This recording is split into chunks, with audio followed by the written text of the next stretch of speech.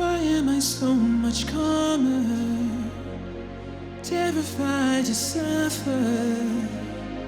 I let go of the leather as I drift toward the shoulder. On September 10th, something very tragic happened in the whole world. Whatever side you believe is like the right side, it's pretty clear that Charlie Kirk getting assassinated was not good for either side, was not good for the world, obviously not good for his family, his children, things like that. So I took almost a week to think about how it has impacted me, and it really has truly impacted me in a pretty profound way. And I wanted to share some of the thoughts of that, which is right into it. I feel so much more firm in my belief system. I feel so much more anti-catering. I feel so much more I think the first couple of days I was angry, but I think more or less it's like I feel free. I feel free to talk about my faith in way bolder ways, more comforting ways for myself, in more like standing strong ways, if this makes sense. I feel like I do a lot of musical theater, a lot of acting, a lot of music work, and in those fields you find yourselves in a lot of rooms with liberals, a lot of rooms with atheists, a lot of rooms with people who are very outspoken in their hatred for Christ, in their hatred for, Republicans and things like that. And more often than not, I adopt the mindset of, well, if you don't have anything nice to say, don't say anything at all. So, and I'm not really a combative person like that. I'm not really an aggressive individual. So, there's been times where we rehearsed my last musical.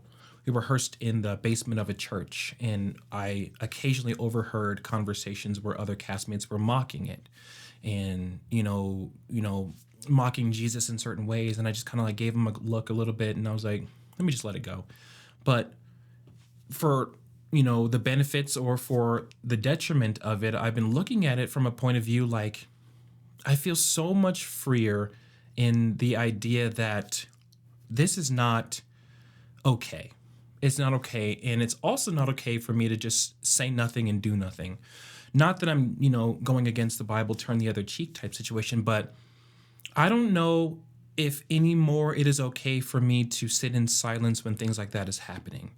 Is it okay for me to hear someone mock my Lord and Savior, the reason for my existence, the one who orders my steps, the one who I pray to every single day, the one who I strive to be like every day, be mocked in such a degree?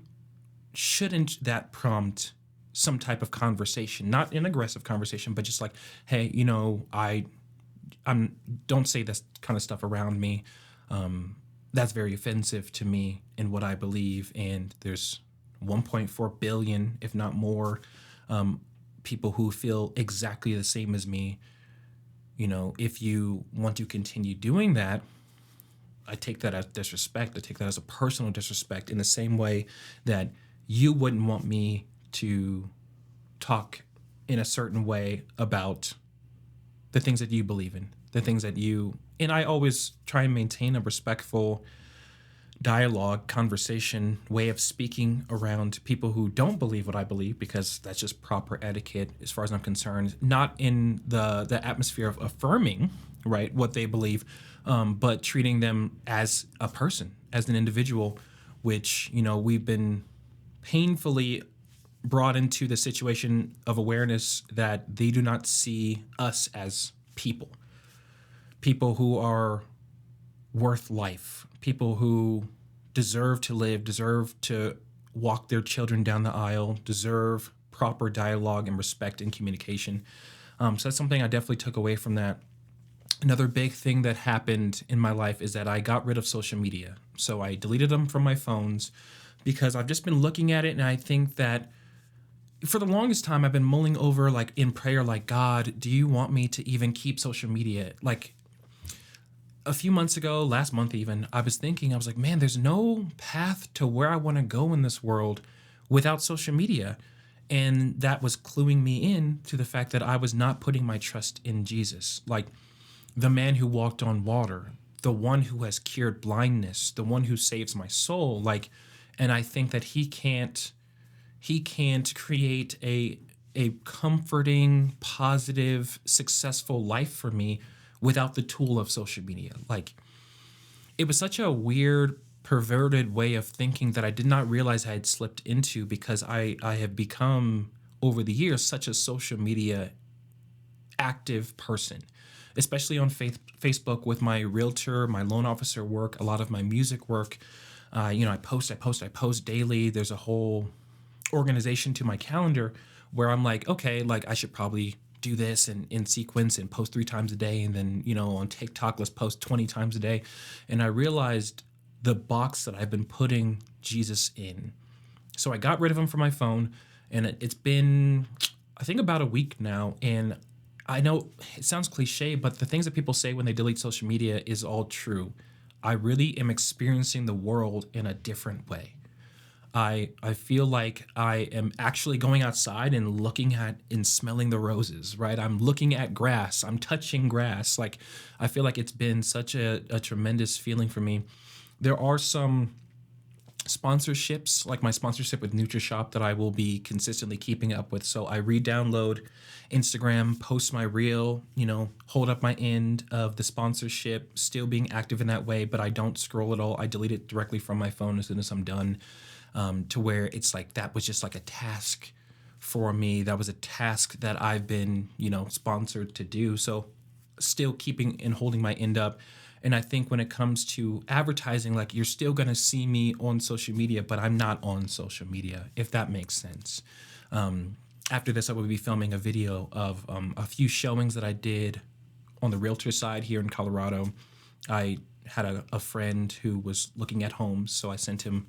We actually went out and looked at a couple different homes, and I took some videos of those. So I'm going to be still posting those, like, on my Facebook stories, but not really posting, and definitely not scrolling.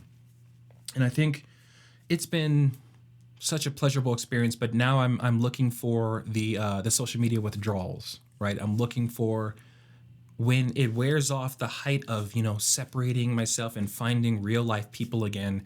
I wonder if I'm going to be experiencing any social media withdrawals or fatigue of the real world, right? And it may not happen because this is God oriented and God pushed, but it's something that I'm making sure I stay note of and active in, just in case anything starts to affect me negatively, or I'll know where it's coming from. I'll know how to address it in prayer, right?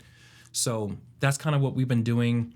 And that leads me to the next part is, like, I've been a singer for a long time. I've done musical theater for almost 20 years now, since I was a little kid. And I have written thousands of songs. And recently, if you've been following these videos at all, in November, God kind of sat me down on everything. He says, I just want you to basically film a vlog of your experience. And I didn't realize it was going to turn into what it's turned into today, and I don't know what it's going to turn into tomorrow, but he told me to film a vlog of my experiences, just talk. It doesn't have to be about anything specific. And it's turned into a situation where I'm constantly talking about faith and constantly talking about music. And those are the things I suppose are the things that are active in my soul, the things that are active in my mind, the things that are most important to me. So I find myself talking about them a lot. So with this new song that I've been advertising, it's called The Wheel, and it's under my musical name, Elymvnt. That's how you pronounce it. I keep running into roadblocks with it where, like, it's not done. It's costing a little bit more than I want it to cost. The people who, wanted to help with the music video are kind of like, are extremely busy and things like that. And that's fine. But I'm always analyzing every little detail when it comes to something I'm in prayer over. I don't want to miss something God is trying to speak to me in the middle of. So one thing I've been thinking about is not putting it on Spotify, which for the casual user, if you're not deep in the music business or anything like that, like that probably means nothing. Like, they're like, well, why wouldn't you put it on Spotify? That's where we listen to music.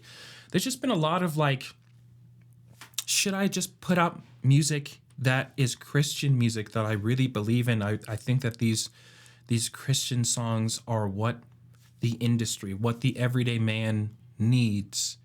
And it's such a different perspective. It's such a modern take on, music that I believe, in my opinion, has gone very stagnant. Like worship music, I can tell you the last 10 years how every worship music has been going. You hit a long chord, it goes, doom, then it goes, God is my healer, God is my strength, God is deliverer. Like, you've heard that song a million times, and that's a stagnation. In personally, that's offensive to me.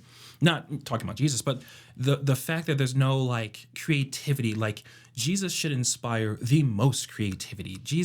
The Bible is the essence of every story you've ever heard. The hero's journey came from the Bible. Like, there's not a story in the Bible that hasn't been adapted to some different type of form of media. Like Star Wars was inspired by the Bible, things like that. So in the same way, I believe music should be an inspiring situation for someone who is a Christian and who has devoted their life and has been called to do music, right? And I do believe that I've been called to do it. It's not something that I actively sought out and pursued, and then now I'm trying to make good of it. God told me at 16 what he had for me, right? During deep prayer, during big things in my life, which I've shared on these videos before. So like I said, I do believe in these songs. They are in prayer. They are modern. They are very interesting. And God has blessed me with a good sounding, interesting voice to where I feel like I wonder if I should just be giving these away for free. I wonder if Spotify is not the place to put it on, and just YouTube. And what was kind of giving me that thought process is like every time you look at a song, like I believe there was a Pope, was it John Paul II or somebody who released an album, or it was released for him, where he recorded Gregorian chants and like in other like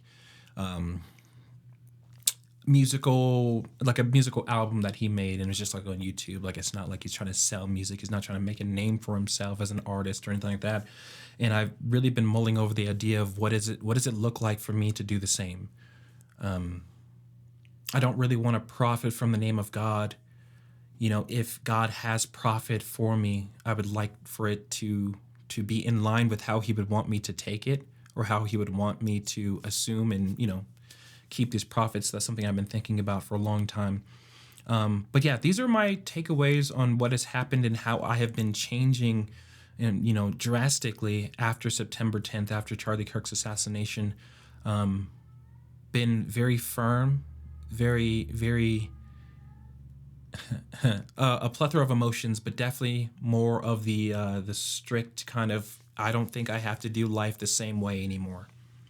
So, if you've gotten anything from this video, it's we have been presented with an opportunity to change, an opportunity to be different, to be stronger, to be more against evil.